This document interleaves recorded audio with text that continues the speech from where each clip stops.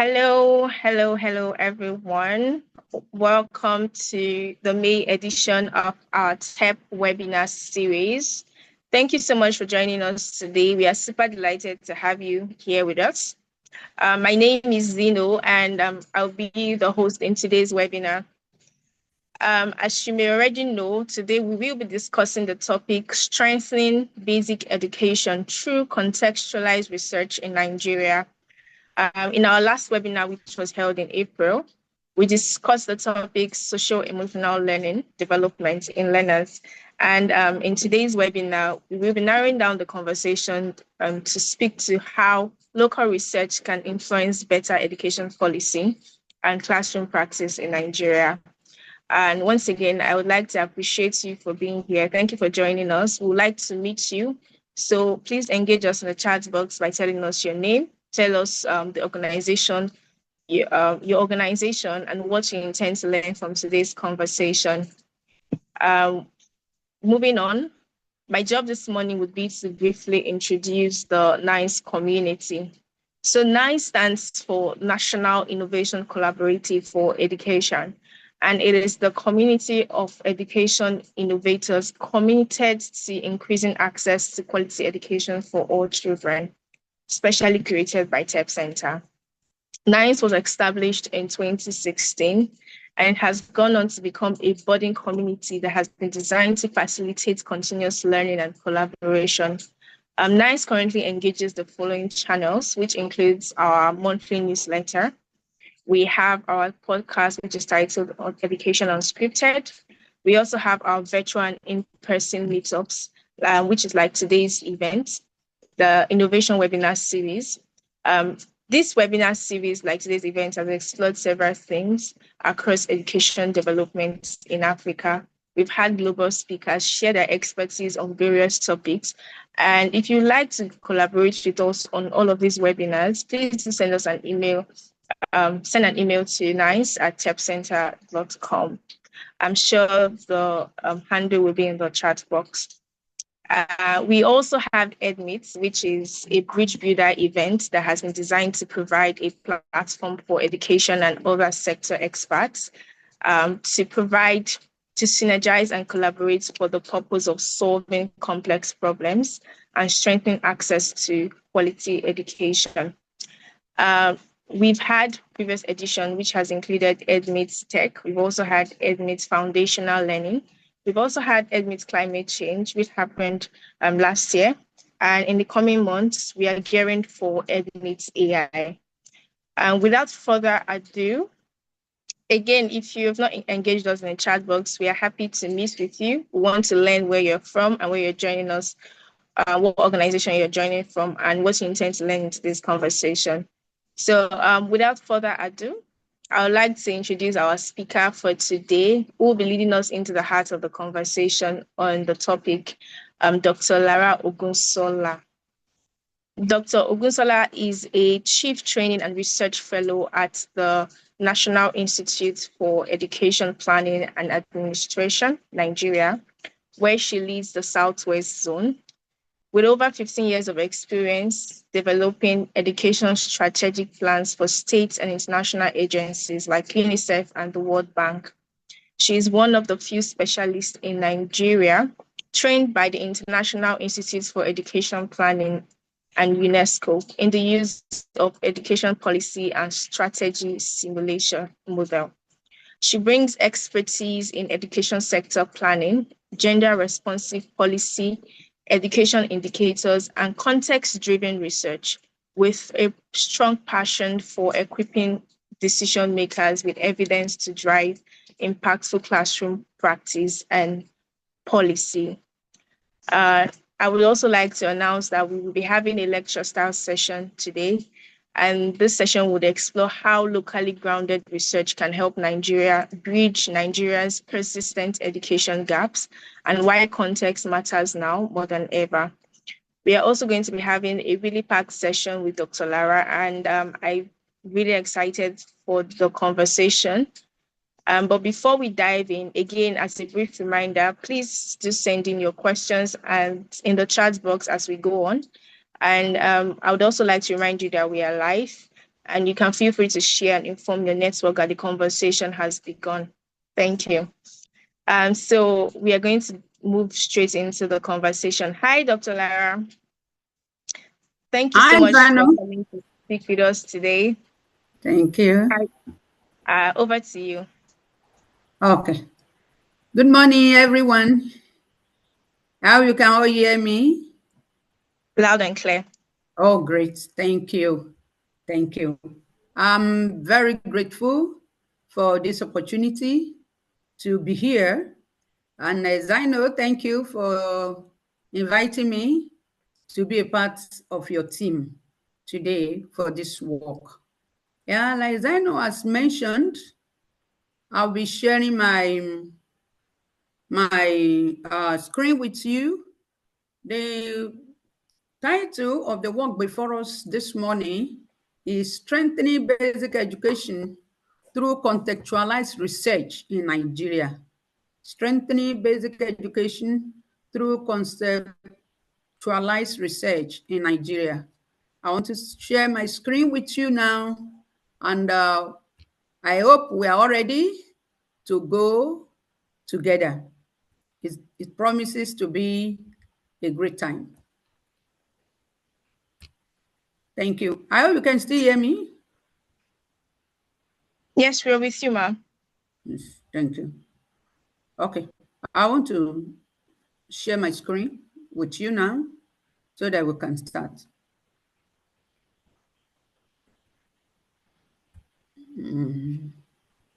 Just a minute. Okay. Great. Okay. Yeah. Thank you once again.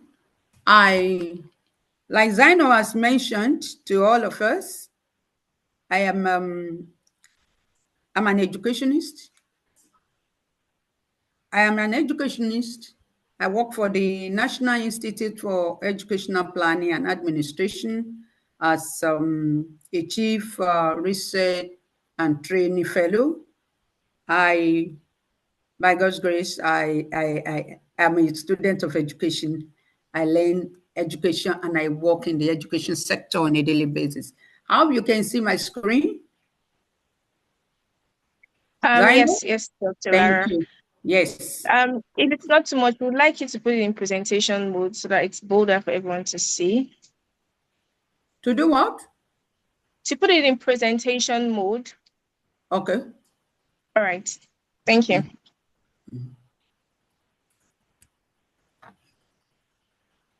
Just a minute.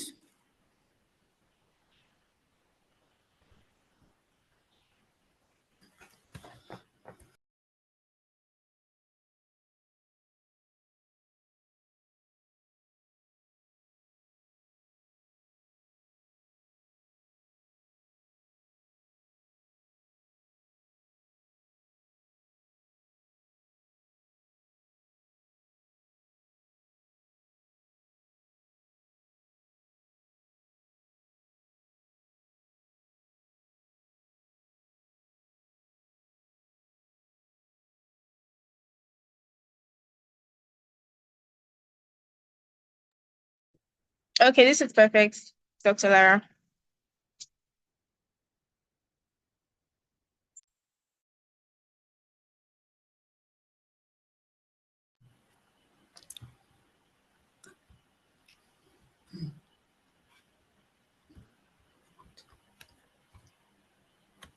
Okay.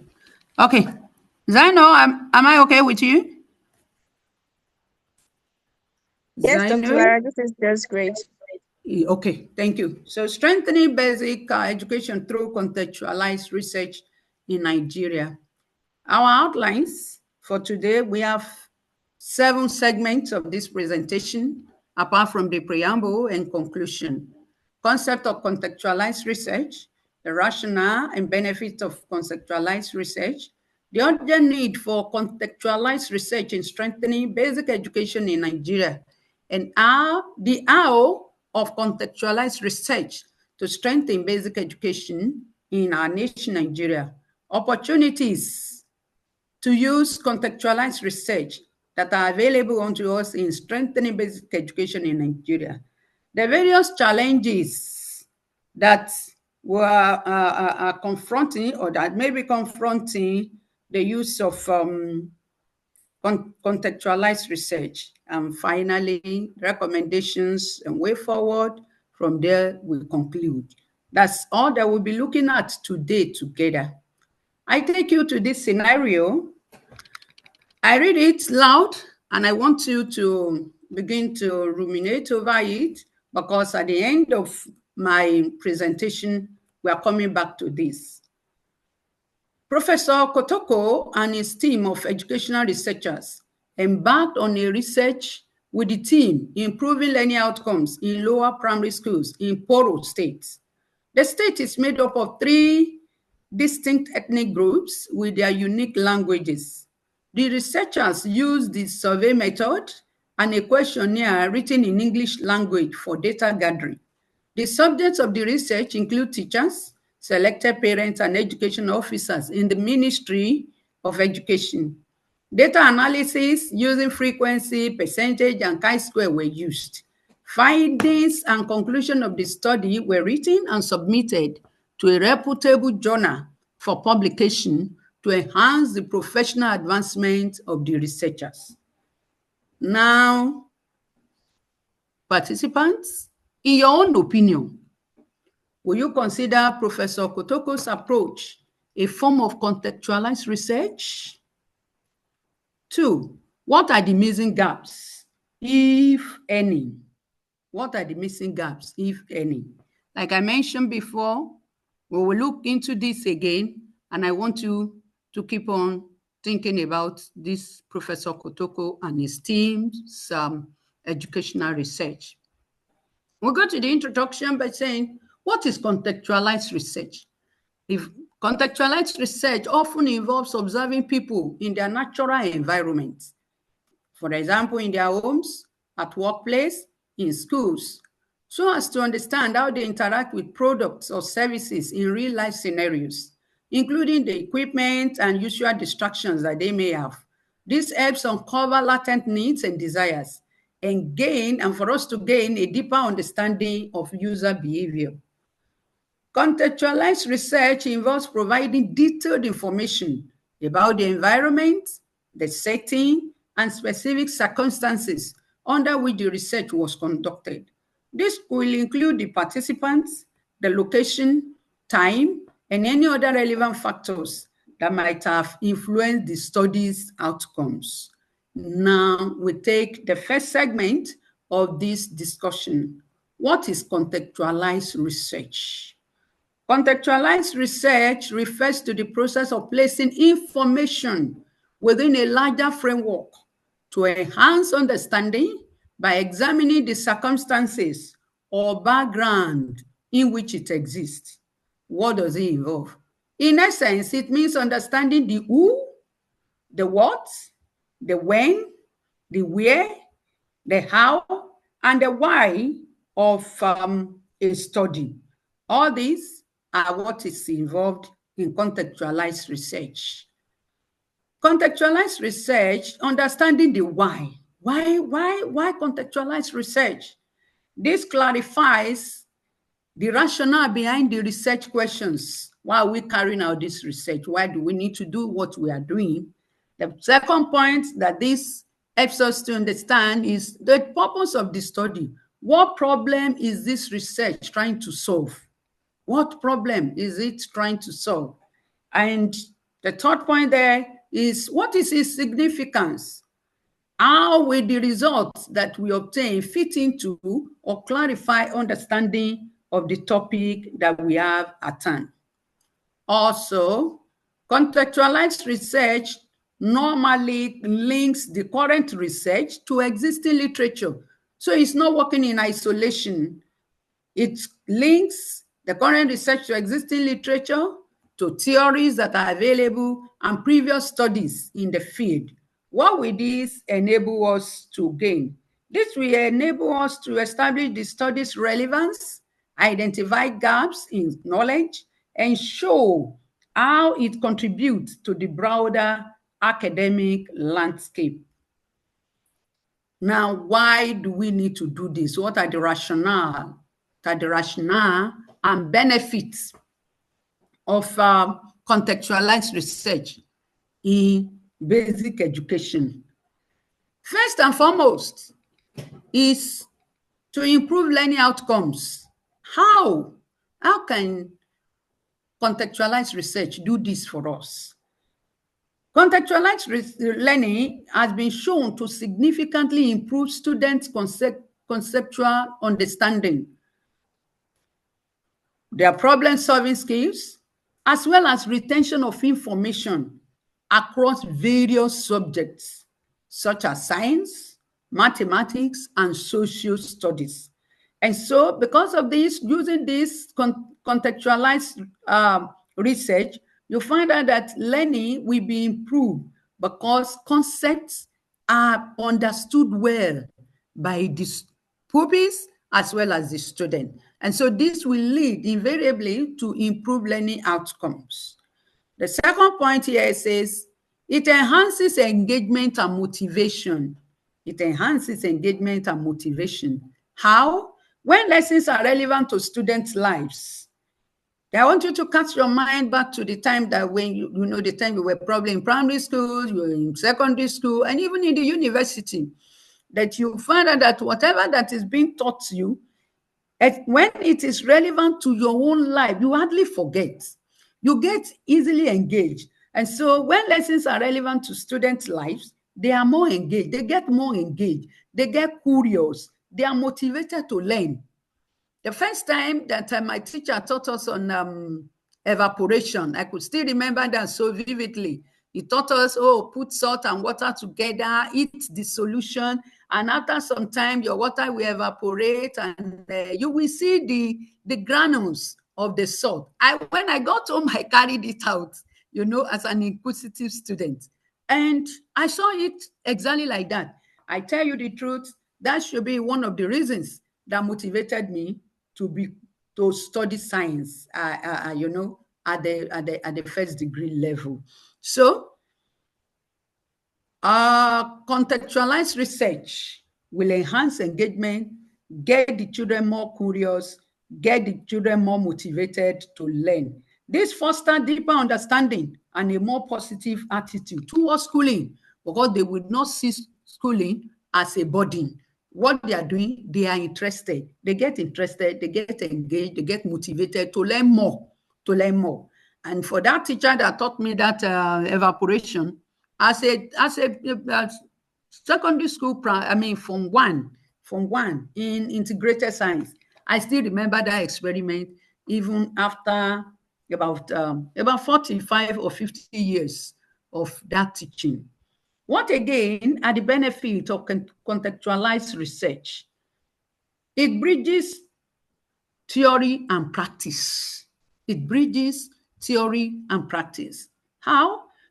Contextualized research helps students to connect abstract theoretical concepts to concrete, to real-world applications, making learning more practical and applicable. I just mentioned that example of my own personal experience. Makes learning to be more practical and applicable. It's not just going to be about theory. Even in the world of practice, the children will be able to, to bring to bear what they have learned theoretically to the world of practice. What other benefits? When you engage in contextualized research, it leads to development of higher order thinking skills. Development of higher order thinking skills. What do I mean by this? By linking academic content to real life situations, contextualized approaches encourage critical thinking. I did not use test tube for my own experiment that I did in my home. I used just my mother's pot, put her salt there, put the water there. It encourages critical thinking, encourages analytical skills, and the ability to solve problems in diverse contexts. That's one of the major benefits of contextualized research. development of higher order thinking skills. What again can we benefit through contextualized research? Cultural relevance and identity. How do I mean? When you integrate local culture, traditions of the people, the community practices, etc., into the curriculum, this strengthens students' sense of identity. It strengthens their pride in their heritage. Everyone wants to be identified with the culture of his or her people. And so you see the children getting excited. And I tell you, this leads to understanding of their place in the world. They will not be timid. They will want to take their place even in the globe because they have an identity. So cultural relevance and identity is one of the benefits of contextualized research in basic education if we are able to apply it. Another relevance or the rationale is addressing diverse learning needs. How? Contextualized instruction can cater to students' readiness, their interests, their varied learning styles, promoting inclusive education. Remember that the children are not equally gifted. You have the slow learners, you have the geniuses, you have those that will take their pace little by little. You have those that believe in individualized learning. But you'll find that when you use contextualized method or approach, it promotes inclusive education. So at the end of the day, no child will be left behind. All will have a place concerning what they are able to learn. What again can we benefit? So I leave this. That will be the second part. The next one that we are looking at, in Nigeria basic education, there is an urgent need for contextualized research. Why am I saying this?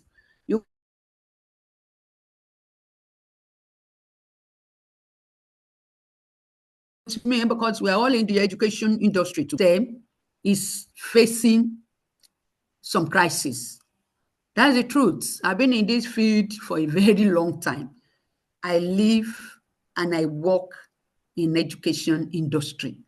And you will agree with me, for those of us that are not too far from the reality, that some of the children that we are bringing up cannot even read and write the basic things, basic simple sentences.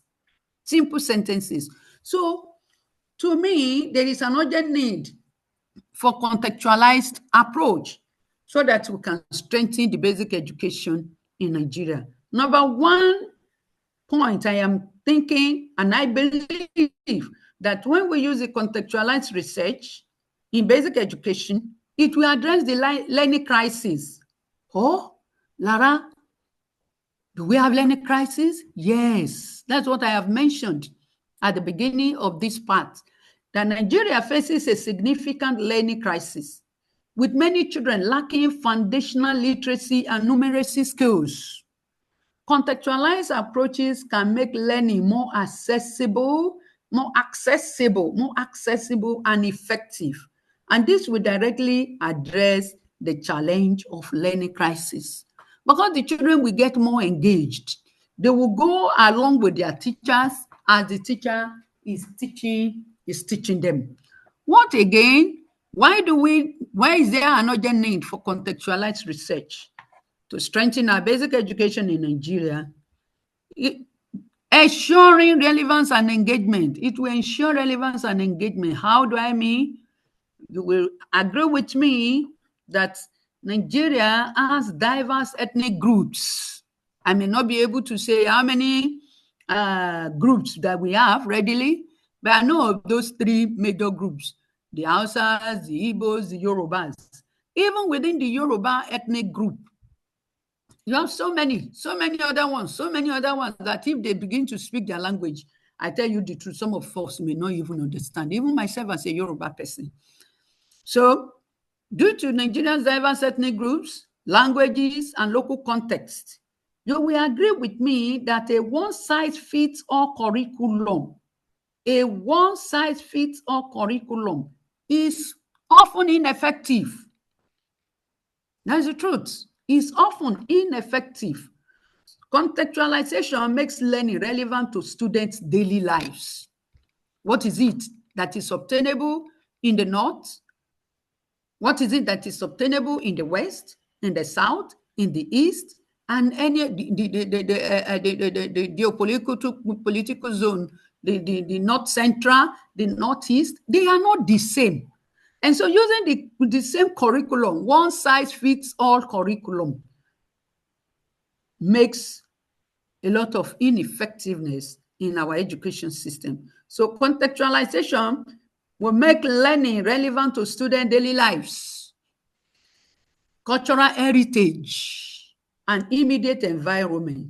What would this do? To foster greater engagement, and this would reduce dropout rates.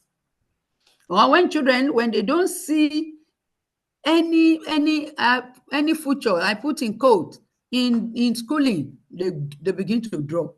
They begin to drop. They begin to drop. And you know, the challenge of out of school children is a major challenge that is tearing Nigeria. You know, everywhere you go, you see them. Everywhere you go, you see them. North, south, east, and west. It's not localized. It's everywhere.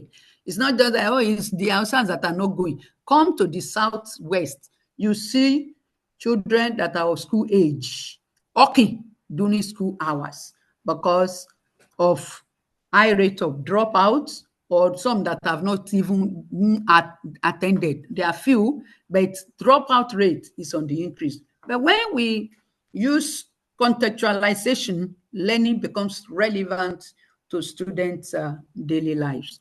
Another point here is to enhance cultural preservation and identity. To enhance cultural preservation and identity. Integrating local languages, oral traditions, indigenous knowledge systems, and community practices into the curriculum will help preserve cultural heritage, and it will strengthen students' sense of identity and belonging. Some private schools, they get this one done. At least they call it, sometimes they call it cultural day, and you see the children, they are happy. They are so happy. I have some around me, like one of my nieces that got married to an Ishekiri young man. The day for their cultural, the cultural day, you see my grandchildren through her. You see them dressing up in the Ishekiri attire. They get so engrossed. They get happy. You see them happy. You see them doing this, you know, with all joy. So for us as a nation to strengthen basic education, we need to use contextualized research so as to enhance cultural preservation and identity. Another point here is to improve employability and skills development. It is only what you have that you can give. Oh, we got this theoretical way of doing our education. I think we should all work very hard to stop that and get contextualized. Let learning be contextualized, and you find out that contextualized learning can align education with local economic opportunities and vocational skills, preparing students for productive lives within their communities.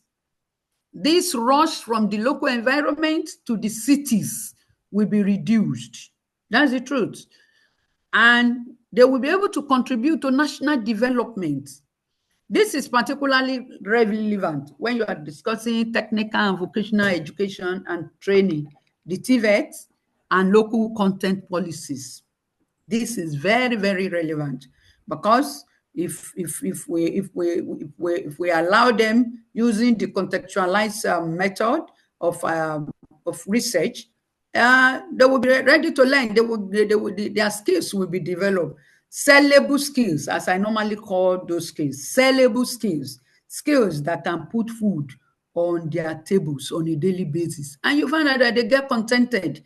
They will not leave their local setting because they have one or two skills that can make them to also live a great life. What again? Why do we need contextualized research in basic education in Nigeria? It will also, the last point here is it will help address disparities. How? Contextualized research can help identify and address specific learning needs and challenges in different zones. How?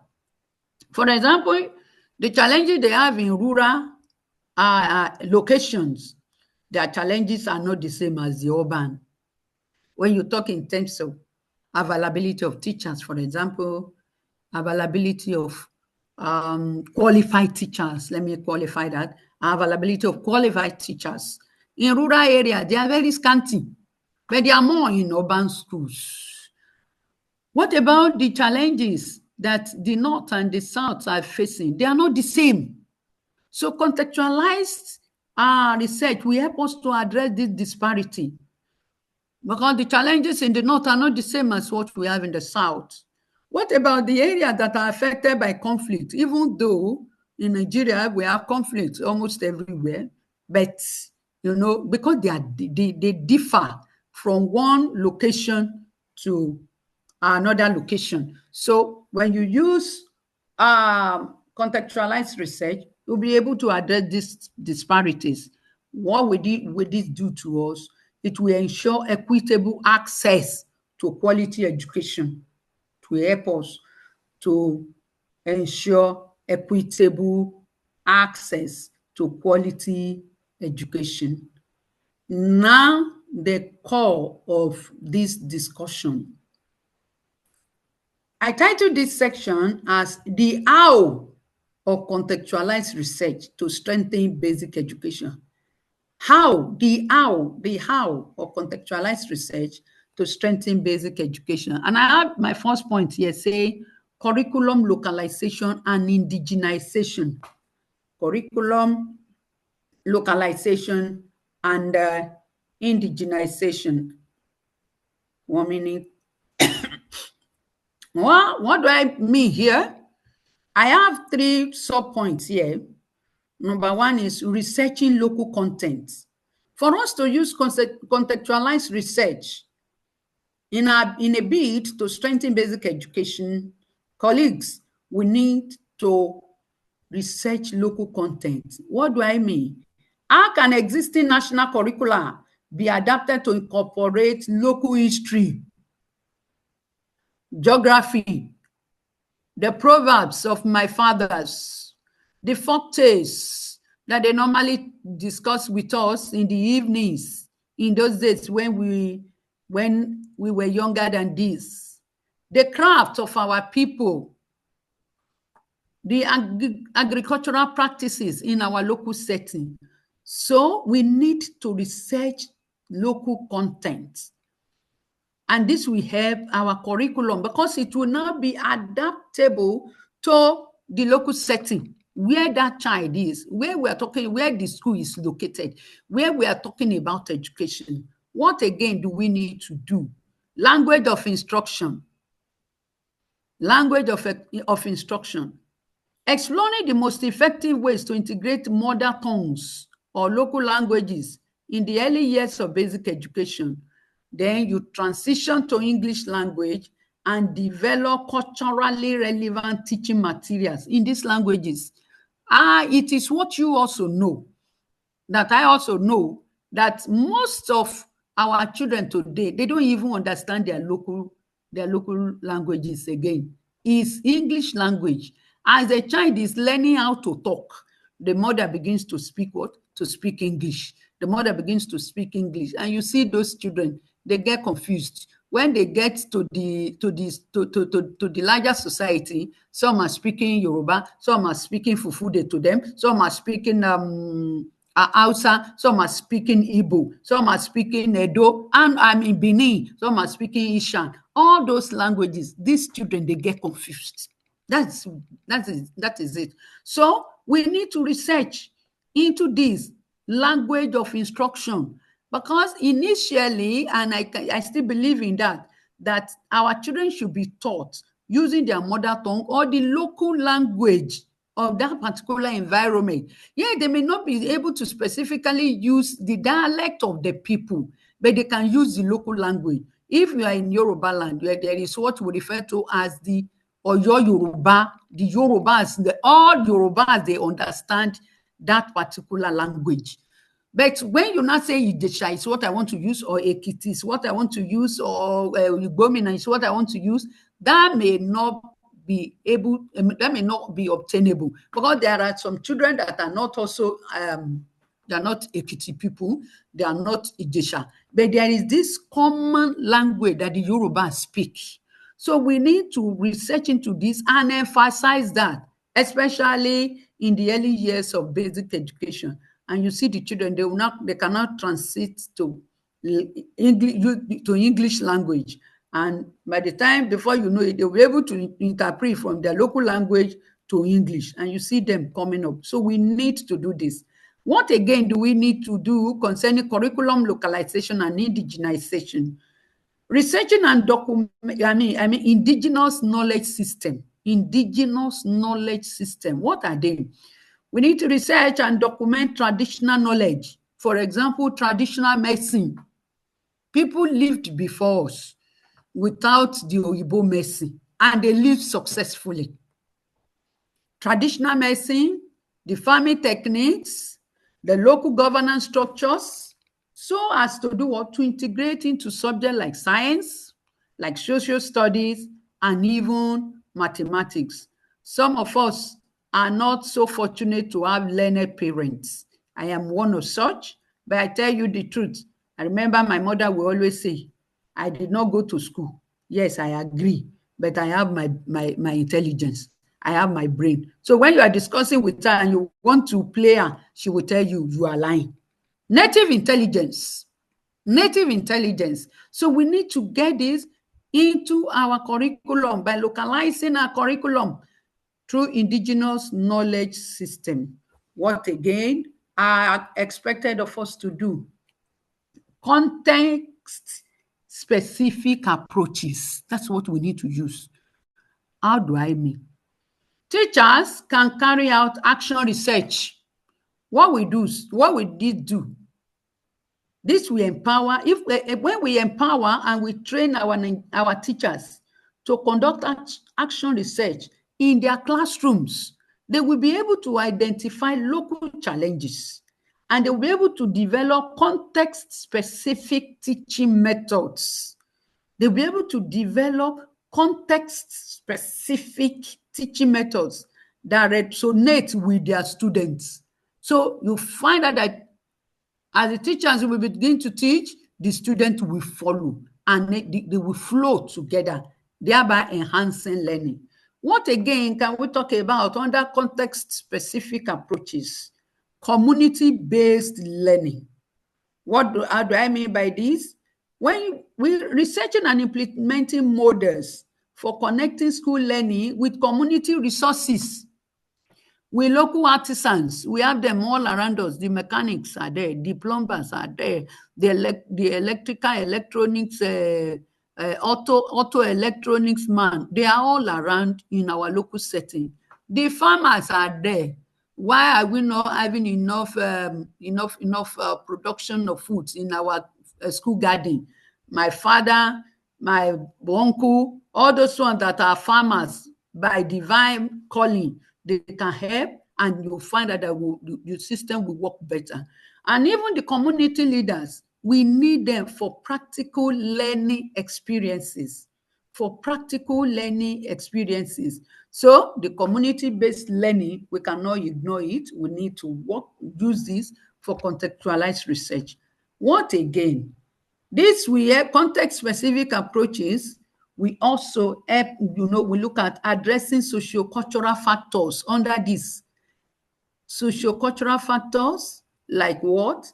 We need to study how gender roles, how religious beliefs, how socioeconomic disparities in different communities impact learning, and how teaching can be contextualized to address this. The issue of gender stereotyping is all over. Everyone has his or her role. But I tell you, if we address sociocultural factors like these gender roles, that boys, it's only boys that can do farming. It's only boys that can be engineers. It's only boys that can become medical doctors. All these ones, we need to research into this because there are sociocultural factors that are impacting learning in our nation, Nigeria. Girls are good as nurses. All this, we need to change that.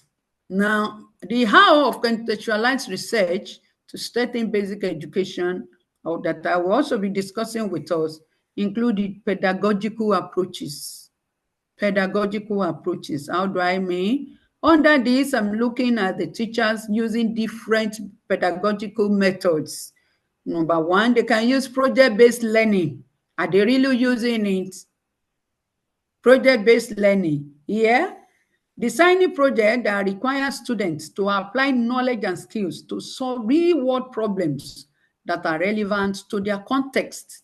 Are the teachers aware? Are they aware? Are they taught all this? Another method under pedagogical approaches is inquiry-based learning. Encouraging students, here you need to encourage students to investigate questions and explore phenomena that are relevant to their local environment. Like I mentioned to us, because we operate from different zones. Our local environment are not, they are not the same. They are different. But we can make do when we use inquiry-based learning as it affects my local environment, as it affects your own local environment. Here, under pedagogical approaches, we talk about case studies. Under this, we can use local events, or Egungun Festival, Oro Festival, all the festivals that they do in the north. I may not know all of them. Like the time the Kebi people used to do their fishing program. Now all over, Nigeria is so blessed with diverse culture. So using case studies, you can use local events, issues, or scenarios as a basis for classroom discussion and analysis. Like the scenario that I brought into the fore at the beginning of this program. All these can be used even in classroom setting for various discussion. And another one under pedagogical approaches is field trips or community immersion. Under this, students are directly exposed to their local community, to their local industries, where they are making soap, or shedudu, as we call it in Yoruba, the black soap, where they are making oil. They can go there, red oil, they can go there. And so they work under their natural environment. What is this? What will this do for them and for us? To provide real world context, real world context. It will not just be theoretical all the time. What are the other house under this? The next one is teacher professional development. Under teacher professional development, I have what I refer to as, contextualized training modules. Contextualized training modules. Developing teacher training programs that equip the teachers, the educators generally, with the skills to research, to adapt, to adopt, and implement contextualized curricula. This will help, and this will be part of what we need to do in teacher professional development. What again? We have the CPD, that is continuous professional development. Establishing sustainable in-service training models. Sustainable in-service model. For example, the school-based learning laboratories, as piloted by UNICEF, that normally allow teachers to collaborate, to share best practices, to receive ongoing support for contextualized teaching. I want to also share with us what obtains in my own place of work. As a training institution, when we collaborate with some states or even UBEC, head teachers, principals, are trained in such a way, you know, that they can collaborate together, experience sharing, and what obtains in my school, in your school, they come together and they share this. Nowadays, we form various WhatsApp groups for them where we can discuss, oh, when I go back home, I have this challenge, I have that challenge. This is one of the how of contextualized research, and this will strengthen the basic education or the education system in Nigeria as a whole. The third one under teacher professional development is pre-service teacher education reform. Pre-service, that's when the teachers to be are being trained in their various schools, universities, and colleges of education. So integrate here, what do we need to do? We need to integrate principles of contextualized education and research methods into university and college of education curricula. We need to. Next thing that we need to do is on assessment and evaluation. Assessment and evaluation. What are we looking at under this? I have two sub-points. Culturally responsive assessment tools. Here, we need to develop assessment methods that accurately measure students' understanding with a localized context. Enough of putting the pictures of Oyibo man, Oyibo woman, Oyibo girl, Oyibo boy in our context. Content. The textbooks.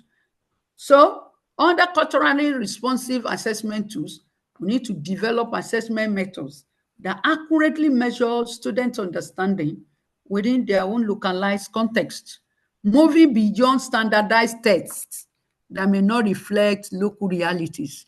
Why are some of our students, why are they failing? Because they cannot, they find it difficult to understand the questions that are being set under standardized tests. And when you don't understand the question, there is no way you'll be able to give the appropriate answer. This may be another area of research that we need to check. What are the effects of our standardized tests on our children, especially those of them in local settings, local environment? What do we need to do? We look at formative assessment practices. Here, we need to research and promote formative assessment strategies that provide ongoing feedback and allow for adaptation of teaching based on students' contextual understanding. We have schools because we have students. If the students are not there, then there is no reason for us to have schools. So the students are the reasons why we are looking at our schools, why we are talking about contextualized research. So they should be at the center. Learning should be student-centered. And so this will help us to ensure that students' contextual understanding is improved upon. What again do we need to do? The how of contextualized research. The next one I have here is technology and digital learning. Technology and digital learning. How do I mean? We have contextualized digital content. Contextualized digital content. And here I am looking at how can digital learning resources be developed and adapted to reflect Nigerian context, including local languages, images, and scenarios. I've just mentioned that before we got into this. Why do we have other, I was in a meeting and we're arguing about this, that we should look at our textbooks that we have in Nigeria. Why are they still putting Oyibo boys, Oyibo girls? Whereas we have our own children that we can use. And this will inspire others to say, one day I also want to be seen, on pages of textbook like this. So contextualized digital content, we should make it local. Let digital learning resources be developed Let them be adapted to reflect Nigerian context, including local languages, our images, and various scenarios. Well, the scenario that we looked at the beginning of this discussion, why did I not put Professor Smith or Professor Cooper or Professor Lantern or Professor Wood? I put Professor Kotoko. Kotoko is a Nigerian name. And so that should be how we should go about it.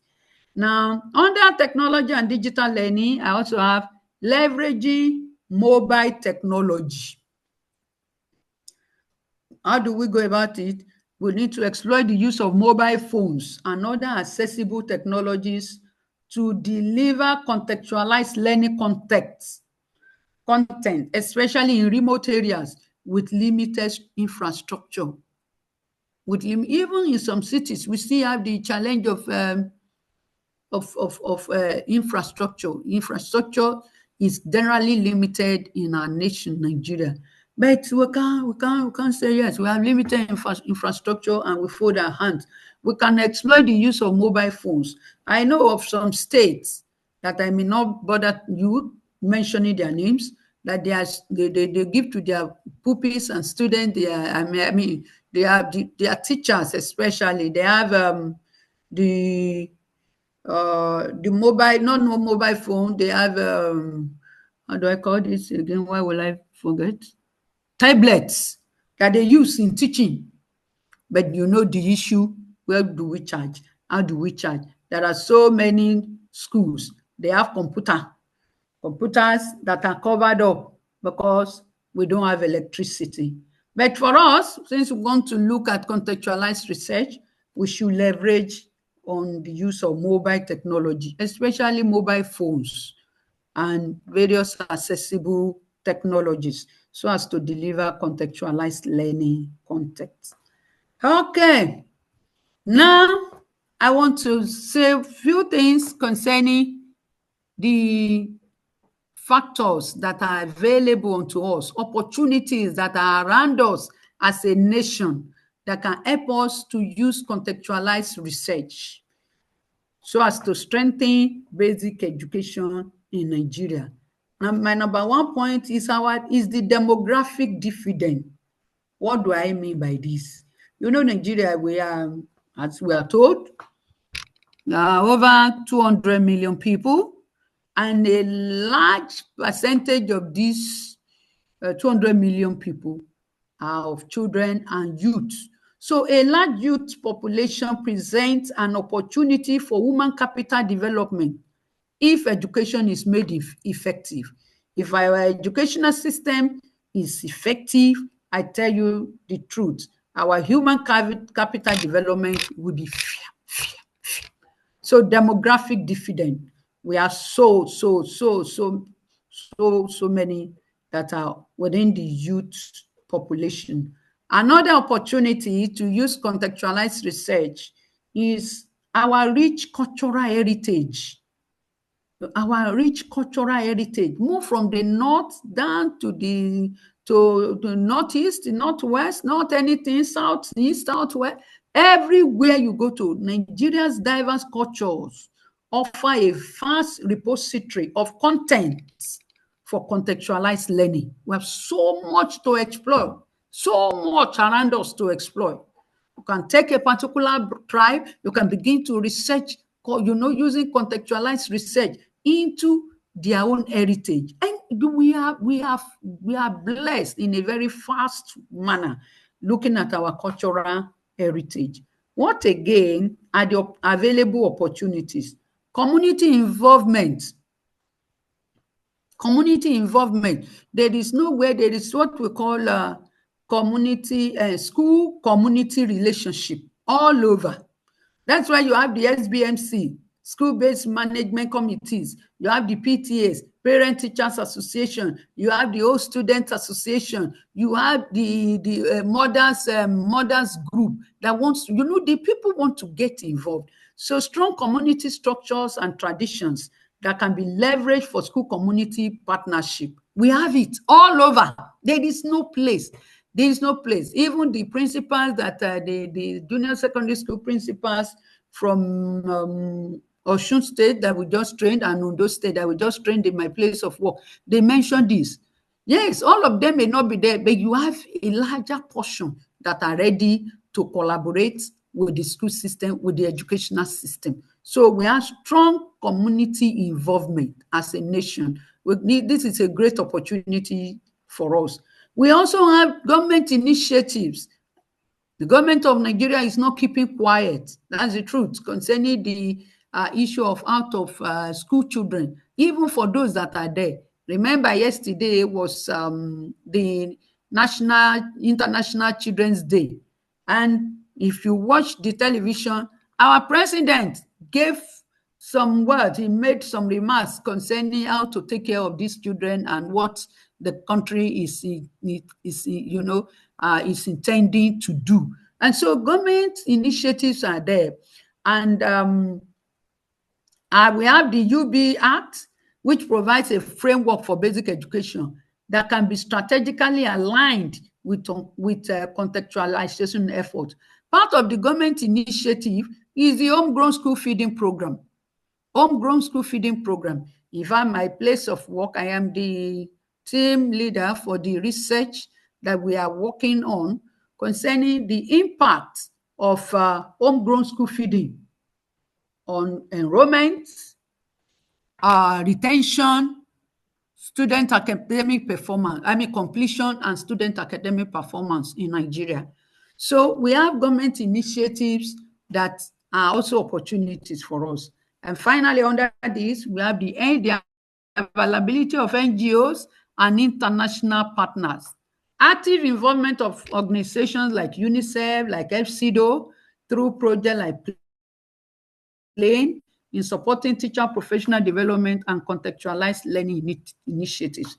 And I'm also glad that we have TEP that is coming up, that is there, that is also working with other organizations. So we have great opportunities as a nation and as a people to use contextualized research. Now, with all these beautiful things that we have talked about, are there challenges? Are there issues that we need to sort out? Yes, we have some challenges, but they are not insurmountable. But I will look at the challenges before I talk about my own recommendations and way forward. Number one challenge that we have is policy implementation gap. Policy implementation gap. Oh, Nigeria is good at making policies, but we are not so good, because I don't want to use negative word. We are not so good at implementation. At implementation level, we have some challenges. Every one of us, as Nigerians, we know that. Despite policies like the National Policy on Education, FRN, starting from the year it has been made up to the recent time, we have the National Policy on Education that encourage relevance. Implementation of contextualization often falls short due to what? Due to systemic issues. Oh, children should go to school, age this to age that. Well, okay, if they are not in school, what have we done about it? What can we do to make them to be there? So we have the issue of policy implementation gap. Another challenge is teacher capacity, inadequate teacher capacity and motivation. Inadequate teacher capacity and motivation. Because there is a popular saying that it is only what you have that you can give. Oh, a few years ago, I want you to catch your mind back to what happened in Kaduna State specifically, when over 2,000 teachers were sacked by a governor. And what was his reason? The teachers failed the examination that they gave to their pupils to write. They failed. They failed. So we have inadequate teacher capacity and motivation. Many teachers may lack the training, the resources, and motivation to move away from the usual traditional rote learning methods. Another challenge is teacher attrition, especially in even before this issue of jackpot syndrome. that has become the norm in Nigeria, where teacher attrition, teacher turnover rate that is so high, and poor remuneration. All these have been negatively impacting the availability of teachers. And what is the effect of this? This leads to high pupils-teacher ratio. There is this work that we did with some states in the north, and I tell you the truth. We have in some subjects, especially core subjects, one teacher to over 100 pupils. One teacher to over 100 pupils. Not only in the north, even in the south. I've just finished the the document, the education strategic plan for a particular state in the south, and it's so alarming. 150, 120, I mean, almost 200 students to a teacher. And so tell me how such a teacher will be able to use contextualized approach. Another area of challenge is inadequate resources. We have shortage of virtually everything except children. The children are available, but we have shortage of appropriate contextualized learning materials. Classrooms overcrowded, and technology, particularly in rural and underserved areas, hard to reach environments. You see? So we also have the challenge of curriculum rigidity. Curriculum rigidity. A centralized curriculum that may not allow sufficient flexibility for local adaptation. That's what we have. So as it is sent to down the line from Abuja, NERUDC is in charge. NERUDC is in charge of our curriculum in this nation. So the states, they take and they dump on the LGAs straight to the teachers, straight to the other people that are involved. So we have curriculum rigidity. Another issue is the issue of large class sizes, where we have overcrowded classrooms. And you will agree with me that in overcrowded classrooms, individualized or small group contextualized learning is going to be a big challenge. I've taught as a secondary school teacher some years ago, where I had over 120 students to teach integrated science, to teach chemistry, over 120 per time. So large class sizes leading to overcrowded classrooms will make individualized or small group contextualized learning to be challenging. Another area of challenge is language barrier. Language barrier. How do I mean? The multitude of local languages can pose a challenge for developing standardized contextualized materials across different locations and regions. Like I mentioned to you in the course of this discussion, that even as a Yoruba person, there are some deep indigenous Yoruba languages that when they are speaking, I will be looking at them like someone that is just coming from the moon, because we have so many diverse multitude of local languages, and this could also pose as a barrier. Another point here is insufficient funding, and I ask myself, when will fund will ever be enough for education? Insufficient funding. Sufficient funding for educational research, for material development, and for teacher training is one of the major challenges in using contextualized research. What are my recommendations? Yes, we say we have all these challenges and we keep, no, we are to move on. We move on. We need to move on. So I have the following recommendations and way forward. Number one is policy review and implementation. Policy review and implementation. Policies are not expected to be cast in marbles. We're expected to review and strengthen existing policies. To do what? To explicitly mandate and support contextualized research and curriculum development, even at the state and local government levels. But you know that SUBED and AGAs are not doing this. So we need to look at this. I'm into this particular policy review and implementation, both at the state and local government levels. Another recommendation that I made is investment in teacher capacity building. We need to prioritize and fund comprehensive, ongoing, and contextualized teacher training programs, including action research methodologies. I want to say here that UBEC has been forthcoming concerning teacher capacity development in Nigeria. That I want to really give it to them through the various SUBEDs of the various states. They are doing that. But are these teachers trained using the contextualized research methodologies? That TEP may want to look into that I may not give an answer. Another recommendation is decentralization of curriculum development. Decentralization of curriculum development.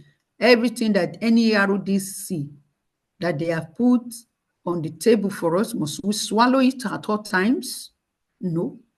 So, state universal basic education boards, the SUBEBs, and local education authorities, LGAs, are they also expected to be empowered to lead contextualization efforts with support from the national body, the UBEC, Universal Basic Education Commission. We need to do that. We really need to do that. We need to do that. Another one is developing local content. Investing in the creation and dissemination of high quality, culturally and linguistically appropriate learning materials. We need to develop local content. I remember when I was a student teacher during my College of Education days, a student teacher trying to present to do what do I call it now, a teaching aid, now had a goat, and he painted the goat, you know, using different colors. When he got to the school to teach, one of those students just raised up his hand and asked the teacher, "What is this?" And the teacher said, can't you see that it's a goat?" And the child, you know, innocently told the teacher, I don't know how many of you that are Yorubas, but I will say it in Yoruba, then I will now interpret it. And that child now said, auntie, eléyìí ṣe ewúrẹ́ yeye mi, láwọ̀ràkọ̀ràkọ̀ bí iye. My mother, meaning that this is not a goat. My mother's goat does not have multiple, my mother's goat does not have multiple colors like this, your own, you know? So we need to develop local content that, you know, will resonate with the children that we're going to use these things for. Another point that I have here is fostering research partnership. Fostering research partnerships. We need to encourage collaboration between universities, research institutions, local communities, and educational authorities to conduct more robust contextualized research. Let there be synergy. Let there be synergy. Because we're all working towards achieving the same goal of strengthening our educational system, whether basic, whether secondary, whether university. There should be synergy so we can foster research partnership. Another recommendation is community engagement. Like I mentioned to us, the various communities are ready. I've seen some parents that we see some children during school hours loitering, and they will take that child. It's not their own son, it's not their own daughter, but they will take that child and take the child to the school. And say, we saw this one just loitering everywhere. I remember those were some of the experiences that a school-based management committee shared when we carried out a training session for them in a particular state. So actively involving parents, traditional rulers, religious leaders, and community associations in the design and delivery of contextualized education will also help us. Another point that I mentioned is leveraging technology. We're in the world of technology, so we can't deny that. So we need to explore cost-effective and scalable digital solutions for delivering contextualized content and supporting teacher development, especially in remote areas. Finally, on recommendations are monitoring and evaluation. How do I mean? We need to establish robust systems to monitor the implementation and impact of contextualized education on learning outcomes,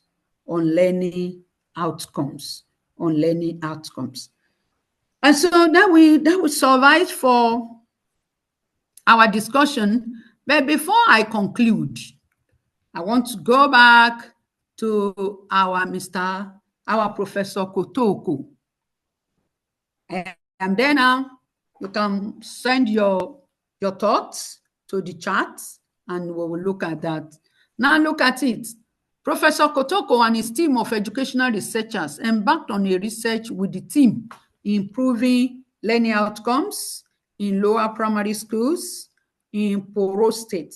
The state is made up of 3 distinct ethnic groups with their unique languages. The researchers used the survey method and a questionnaire written in English language for data gathering. The subjects of the research include teachers, selected parents, and education officers in the Ministry of Education. Data analysis using frequency, percentage, and chi-square were used. Findings and conclusion of the study were written and submitted to a reputable journal for publication to enhance the professional development and professional advancement of the researchers. Remember what I told you, what I asked. I still ask, in your own opinion, will you consider Professor Kotoko's approach a form of contextualized research? What are the missing gaps, if any? I know I have spoken, and I know that by now you are a bit enlightened about contextualized research. In addition to whatever be your own opinion, because you know I make it an open-ended one, your own opinion. In addition to whatever be your opinion, remember the why. Why was the research conducted? What problem is it trying to solve? And did it solve this scenario? Did it solve the problem? How do the results fit into or clarify understanding of the topic, even when the findings of the public, the findings and conclusion were written in English language that is not the mother tongue of the children in that community? Yes, these are some of the things that I want you to look at and open your eyes to when we want to talk about contextualized research. Remember, contextualization, we always link the current research to existing literature, theories, and previous studies. So it does not work in isolation, so as to establish the study's relevance, identify gaps in knowledge, and show how it contributes to the broader academic landscape. In conclusion, by focusing on these discussion points on contextualized research in strengthening basic education, I strongly believe that Nigeria can develop a more resilient, relevant, and effective basic education system that truly serves the needs of its diverse population. Thank you for your attention.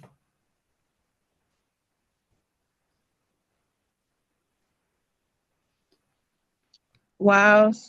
Thank you so much, Dr. Lara, for that insightful conversation. I could see a lot of feedback in the chat box. A lot of people kept saying thank you so much for such an insightful conversation, because it is a conversation that is relevant to our context in the localized level. So we do. I think I saw someone raise their hand. Yes. So there is a question from Lamido Dodo. So we'll just take his question and we'll move ahead. So please, you have the floor.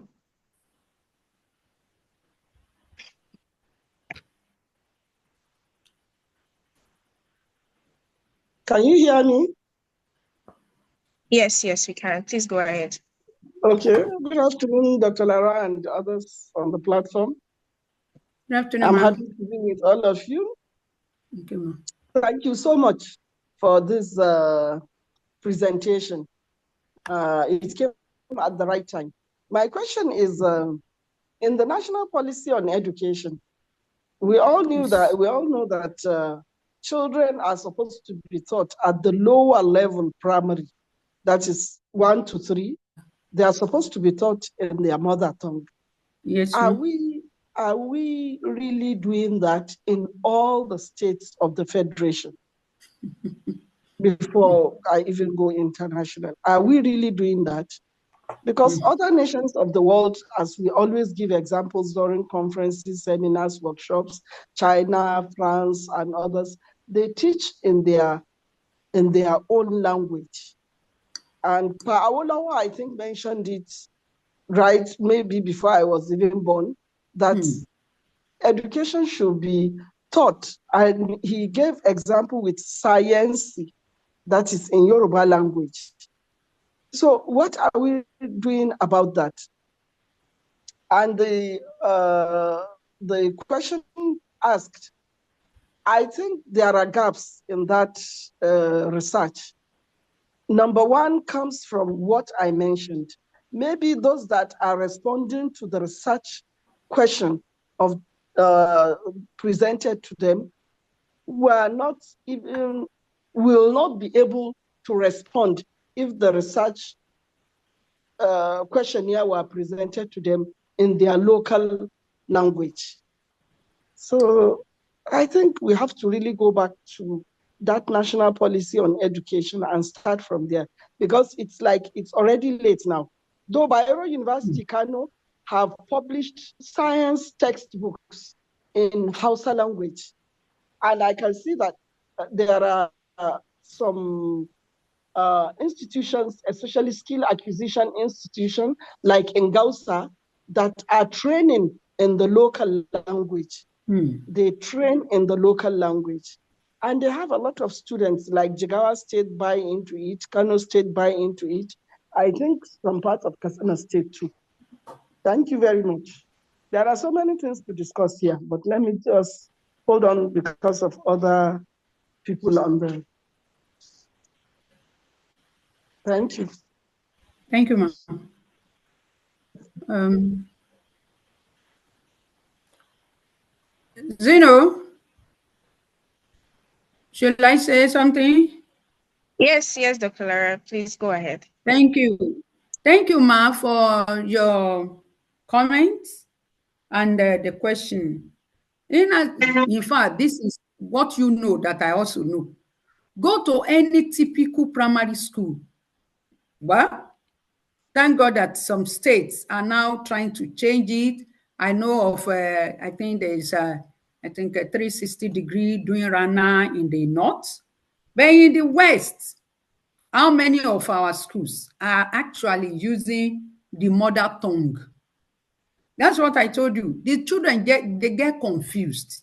Because even at home, the father, the mother, they are not using the local language, their own, the language of the setting, the mother tongue. And so it is a policy issue. And until, I believe, FME comes up to do this, then we'll go nowhere. Apart from that, the various pressure groups, as I may call them, other groups that are coming up to help move education forward in our nation, probably they could come up and make this. But as I speak with you, most of our schools are not, they don't key into that.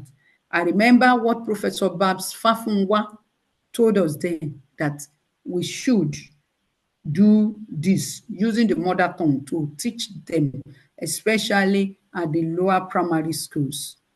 But I'm glad to tell you that currently, my place of work, we are trying to work on the curriculum on some of the science subjects to interpret them to Yoruba for those that are in Yoruba states.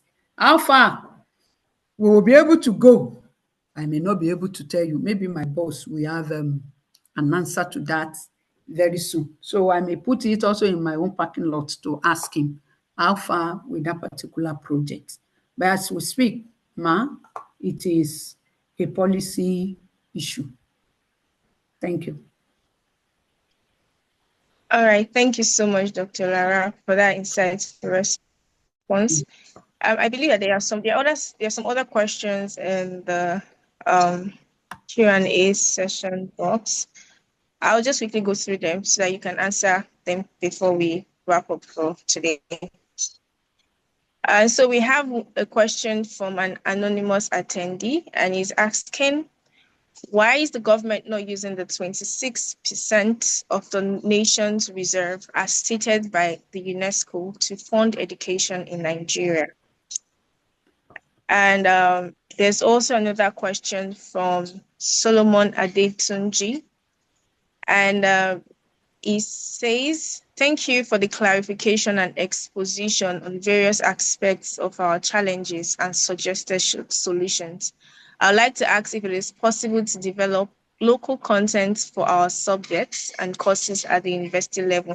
I believe you've spoken to this already. So yes, and then we have the last question, which is from Saliu Hafiz. And the question is, the issue of overpopulation in our public schools is alarming. What is the way out in eradicating the overdense populated students? Okay. Yeah, these are all of the questions. Over to you, Dr. Lara. Thank you. Thank you. Now, from the anonymous attendee concerning the 26%, severally, I've been in meetings organized by international development partners, UNICEF, I've mentioned this, UNESCO, they've mentioned it, that there is no written document up till now that I speak with you concerning this 26%. UNESCO has denied it severally. They have no document to support it. So I think what we need to do is advocacy to the government, both at the federal and the state levels. For I have worked by my own by the nature of the work that I do, especially to develop education strategic and operational plans, as well as local education sector operational plans for states. I can tell you for free that there are some states that have less than 5%. There was a particular state that we worked with, and I remember the directors that we were working with, they were saying, Dr. Lara, no fund. If I ask this, no fund. I said, it is enough. Even the fund that you are given, how well have you utilized the fund? By the time I look at their documents, I went back to the class the following day and I told them, I apologize. I told them, I apologize for telling you that even the little, because that particular state, for 1 year, I can still remember that they had just about, in fact, less than 2% of the total budget of the states that was spent on education. So how will such a state move forward? So I want to suggest that apart from this, like I have told you, UNESCO has not mentioned that, has not, or own up to that.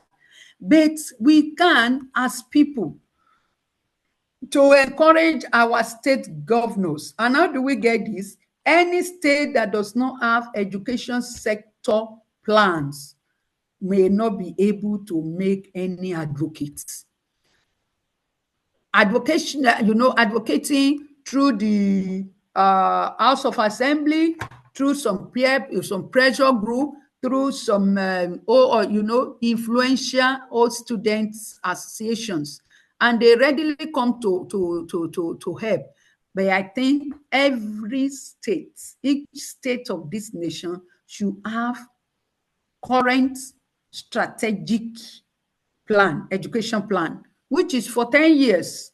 Why the operational plans, they run for 3 years, 3 years, and the 10th year, which will now be the 10th year after the first three years. They will now work on it, and they have another strategic plan of 10 years.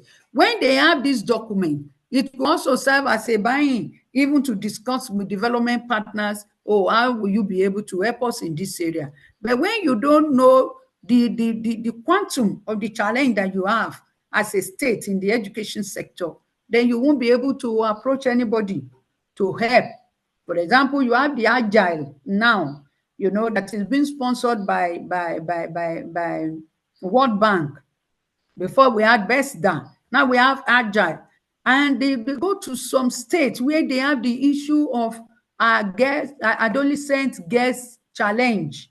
In the Southwest, we have Ekiti State is benefiting from Agile currently because they have that challenge in Ekiti State, where their girls in some locations of that particular state, the girls, they drop out, rapidly from schools. So I believe that what will help us solve this problem is to have education sector plan. When you have the education sector plan, it is opponential. It will show you where you are. It will show you the challenges that you have. And it is now your responsibility to say, yes, between now and so in 10 years, this is what we wish to be. And you begin to work towards it, because if wishes are horses, even the beggars will ride. So we now need to take action and see how we can move on. The last question, please.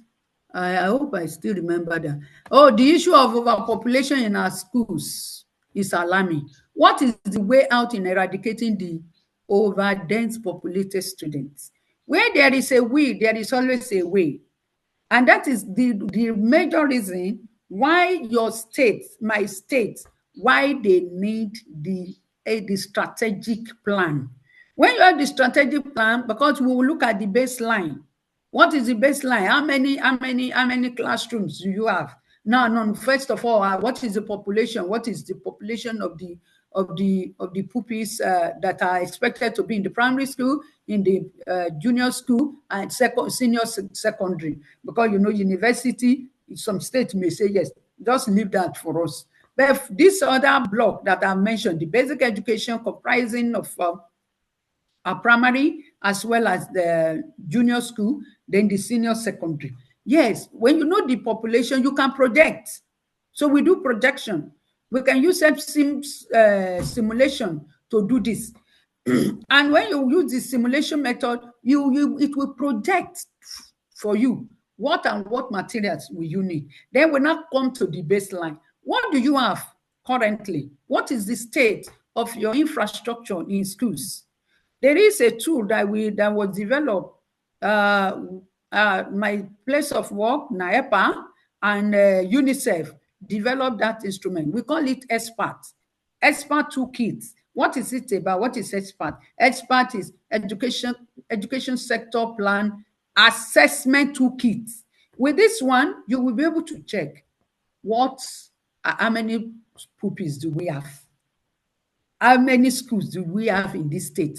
In this particular senatorial district, how many are they?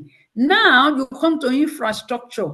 how many blocks of classrooms, how many classrooms are available? Out of the ones that are available, how many of them are habitable? How many need renovation? How many you will now have to start from the scratch to begin to build again? So with this, I tell you the truth, because from there, it is from there. In fact, I tell you for free that the issue of toilet facilities is a major issue, even much more than what you have concerning classrooms in our schools.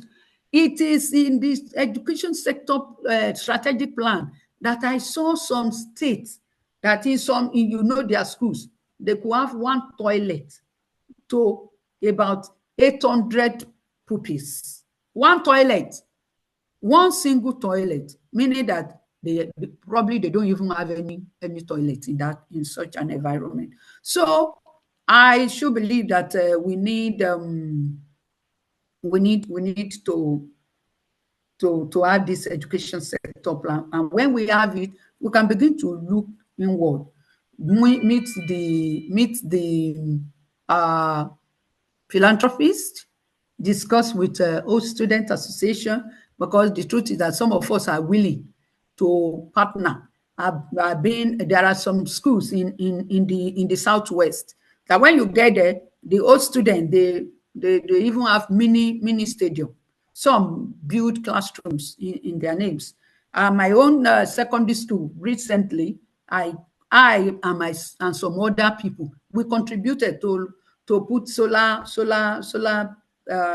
lights in the school so that it will be illuminated at night, because some hoodlums were going to the schools, to the school to destroy and vandalize the facilities. So 24 hours, there is light in that school today. So if we have, unless you have evidence, yes, evidence, when your plan is evidence-based and not that you are just thinking about the problem, maybe it's like, when you have education sector plan, it will show where you are having challenges. And when you know the area of challenge, surmounting the problem and overcoming those challenges will not be, to me, I believe that when you know the challenges, you can look for diverse ways to solve the problem. Thank you. I hope that answers your question. Wow, thank you so much, Dr. Lara. I believe that was such an insightful conversation we had today.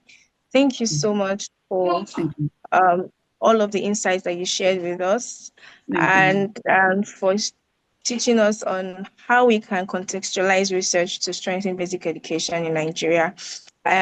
If you know that you got something from today's conversation, let's say a big thank you to Dr. Lara in the chat box. Send our favorite emoji to tell her thank you for joining us. Thank you for being here with us today. I would also like to use the opportunity to acknowledge the members of the press who have joined us today. Thank you so much for being here. I would also like to mention that the recording of this session will be available on our YouTube channel at TEP Center. You can subscribe to stay updated and watch all of our previous webinars. The link, I believe, would also be in the chat box. And moving on, you can also learn about our work and all of our upcoming events if you follow us across all media platforms. You can find us at TEP Center across all media platforms. We are TEP Center on Twitter, Instagram, and LinkedIn. And if you'd like to also get more information about the work that we do, you can also check out our website, which is www.tepcenter.com, or you can send us an email at info@tepcenter.com. If you'd also like to join our community, you can subscribe to our mailing list to get to know when our next webinar will be coming up and all of our other exciting events. The link would also be in the chat box. Once again, thank you all so much for being here and staying true till the end of the conversation. And thank you once again to Dr. Lara for sharing such insightful knowledge with us today. We see you next time, same time next month. Bye for now. Thank you. Bye. Thank you.